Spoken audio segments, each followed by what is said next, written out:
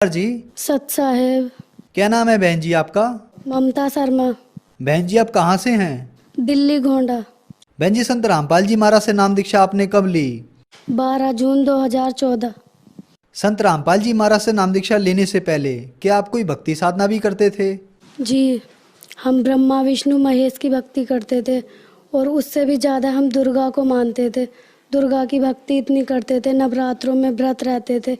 व्रत इतना ज़बरदस्त करते थे कि बस एक ही टाइम खाना खाना है, एक ही टाइम पानी पीना है, बाकी कुछ नहीं करना। अगर 2 बार खा लिया तो बस ये सोचते थे माँ दुर्गा नाराज़ हो जाएंगी। और इतना करते करते भी फिर भी मन में शांति नहीं थी बिल्कुल भी। बस ये सोचते थे कि क्या करें, सब बोलते हैं कि एक ही मालिक है, एक ही सच्चा, सबका मालिक एक है, वो कौन सा मालिक है ये सोचते थे, पता नहीं चलता था। फिर भी हम ब्रह्मा विष्णु महेश माँ दुर्गा के पीछे पड़े थे। हमारे हस्बैंड हैं वो इतना नशा करते थे, मैं ये सोचती थी अगर कोई भगवान है तो इनका नशा छुड़वा दे। यही सिगरेट वगैरह गांजा पीते थे, घर में बहुत कलेश रहता था और जुआ वगैरह भी खेल लेते थे। और इतनी बीमार रहती थी मैं, बहुत बीमार रहती थी हर टाइम। कभी कुछ, कभी दांत में दर्द, कभी कान में दर्द, कभी बुखार, कभी कुछ, और भी कुछ नहीं तो बस टाइफाइड हो जाता था जल्दी जल्दी। उस भक्ति से हमें कोई लाभ नहीं मिला, कोई परेशानी हल नहीं हुई हमारी, और बल्कि हानि हानि होती थी हमें। बहन जी आपने बताया कि आप ब्रह्मा विष्णु महेश की भक्ति करती थी, माता दुर्गा की भी भक्ति करती थी। माता दुर्गा में आपका अटूट विश्वास था। इन सब भक्ति साधनाओं से आपको कोई लाभ नहीं मिला। आप बीमार रहने लगी, आपके पति भी नशा करते थे, आपकी आर्थिक स्थिति बहुत ज्यादा खराब हो गई। तो फिर संत रामपाल जी महाराज की शरण में आप कैसे आई? संत रामपाल जी महाराज जी की शरण में हम ऐसे आए कि हमारे देवर हैं, उनके दोस्त हैं गिरीश भगत जी। गिरीश भगत जी हैं, वो हमारे घर पे आए, ऐसी परमात्मा की चर्चा कर रहे थे। तो ऐसी हमारे हस्बैंड बोले पता नहीं ये गिरीश तो क्या क्या बोलता रहता है, बस अपने गुरुजी की तारीफ करता रहता है, अपने गुरुजी की तारीफ करता रहता है। जब देखो तीसरे दिन चल देता है यहाँ और बस अपने गुरुजी की, संत रामपाल जी महाराज जी की बातें करता रहता है। ऐसा क्या है संत रामपाल जी महाराज में, ऐसा क्या है, हमें नहीं पढ़ना किसी गुरु गुरु के चक्कर में। और हम तो, मैं बोलती थी उनसे नहीं एक बार जाके तो देखो, क्या पता कुछ हो वहाँ पे। तो वे बोलते थे नहीं पागल है क्या तू, हमारी कोई अभी भक्ति की उम्र है, जब 40-50 के हो जाएंगे तब भक्ति करेंगे हम, उससे पहले हमें कोई भक्ति नहीं करनी। हम तो बस अभी कर रहे हैं, खा रहे हैं, कमा रहे हैं, बच्चों को पालना है, अभी कोई भक्ति वक्ति नहीं करनी हमें, ये बोलते रहते थे वो। तो फिर उन्होंने एक दिन पे आए गिरीश भगत जी और हमें समझाया भैया एक बार चल के तो देखो, वहाँ पे देखो तो सही, संत रामपाल जी महाराज आए हैं, पूर्ण परमात्मा हैं वो, और उनका ज्ञान समझो, शास्त्रों के अनुकूल भक्ति बताते हैं वो।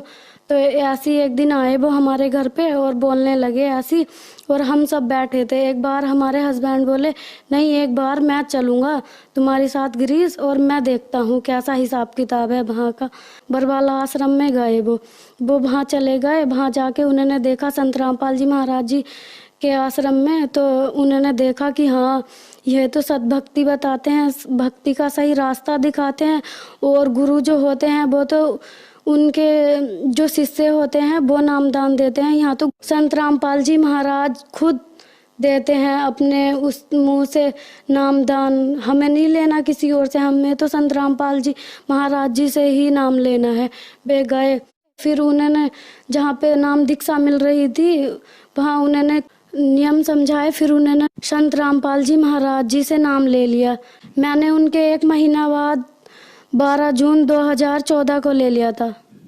बहन जी हमने सुना है कि जो भी श्रद्धालु संत रामपाल जी महाराज से नाम दीक्षा लेते हैं उनको बहुत सारे लाभ प्राप्त होते हैं। तो क्या संत रामपाल जी महाराज से नाम दीक्षा लेने के बाद आप लोगों को भी कोई लाभ प्राप्त हुए?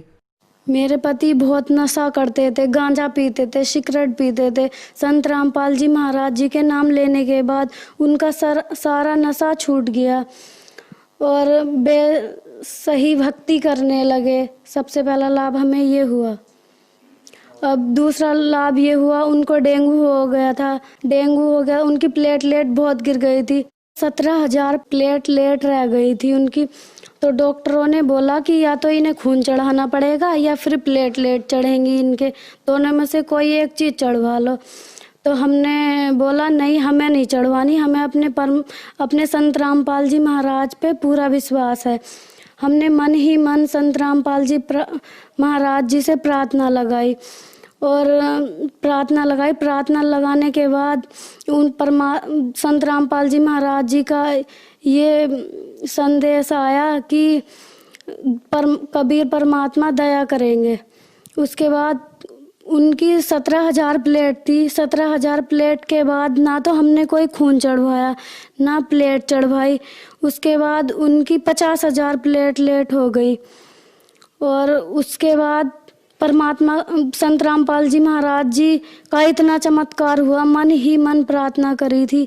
उसके बाद उनकी 50,000 प्लेटलेट हो गई और भगत जी कपिल कुमार पूरी तरह से ठीक हो चुके।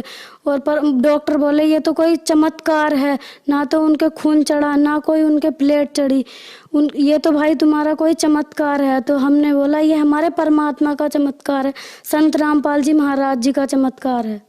और एक बार मेरे हाथ में सेप्टिक हो गया था 2016 में। सेप्टिक होने के बाद हम गए डॉक्टर के पास।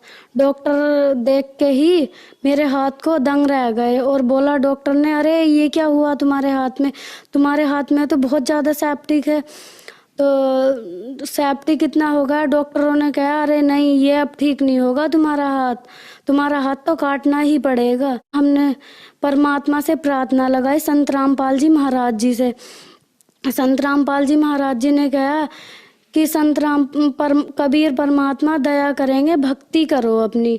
तो उसके बाद मेरे हाथ में इतना आराम आ गया संत रामपाल जी की दया से कि मेरा हाथ सही होता ही चला गया, फिर एकदम सही हो गया। बल्कि हमारे डॉक्टर तो यूं कह रहे थे कि तुम्हारा हाथ तो काटना ही पड़ेगा, इतना ज़्यादा सेप्टिक हो गया है तुम्हारे हाथ में, इसे कोई बचाने वाला नहीं है। हमने बहुत केसेस देखे हैं ऐसे कि सेप्टिक हो जाता है और फिर ठीक नहीं होता। इतना हो गया था कि यहाँ से इसे काटना पड़ता और ये उंगली भी मेरी चलती नहीं थी, बिल्कुल जाम हो गया था हाथ। संत रामपाल जी महाराज जी से इतना लाभ हुआ हमें। एक बार हमारे हस्बैंड और हम कहीं जा रहे थे और मेरा एक बच्चा है, उसका शीनू नाम है, और वो बीच में बैठा था, मैं पीछे, वो चला रहे थे। तो एक मोड़ पे मोटरसाइकिल फिसल गई। उसके बाद फिसलने के बाद हम दोनों, मेरा बच्चा और मैं, गिर गए और इतनी तेज गिरे कि मेरे बेटे के सर में इतना मोटा फोड़ा हो गया। और मैं सोचने लगी हाय ये क्या हो गया, अब तो पता नहीं इसको क्या होगा। मैं मन ही मन संत रामपाल जी का सुमरण करती रही, सतनाम का सुमरण करती रही। और सुमरण करते करते मैंने आंख बंद कर ली। आंख बंद करके खोली तो देखा संत रामपाल जी महाराज जी का इतना चमत्कार हुआ, मेरे बेटे को तो जरा सी खरोच तक नहीं आई और वो बिल्कुल ठीक है। और हमारे घर में आर्थिक परेशानी भी बहुत रहती थी। हमारे हस्बैंड सीएनजी पंप जो होते हैं ना, उन पे मैनेजर हैं। उसके बाद मैनेजर होने के बाद भी घर में इतनी तंगी रहती है। ससुर जी हमारे गवर्नमेंट रिटायर्ड हैं। नाम लेने से पहले हम इतने परेशान रहते थे पैसों से, हर चीज़ से उधार लेना यहाँ वहाँ से, फिर भी हम इतना हाथ टाइट रहता था। उनकी गवर्नमेंट जॉब है कि बस पूछो मत, ले दे के खर्चा चलाते थे। और आज संत रामपाल जी महाराज जी की इतनी दया हुई है हमारे ऊपर, 2 मकान हैं हमारे, गाड़ी भी है हमारे, यहाँ पे सब कुछ है। परमात्मा की इतनी दया है हमारे ऊपर। और लाभ ये है कि एक बार 2017 में मेरे बच्चेदानी में गांठ हो गई थी।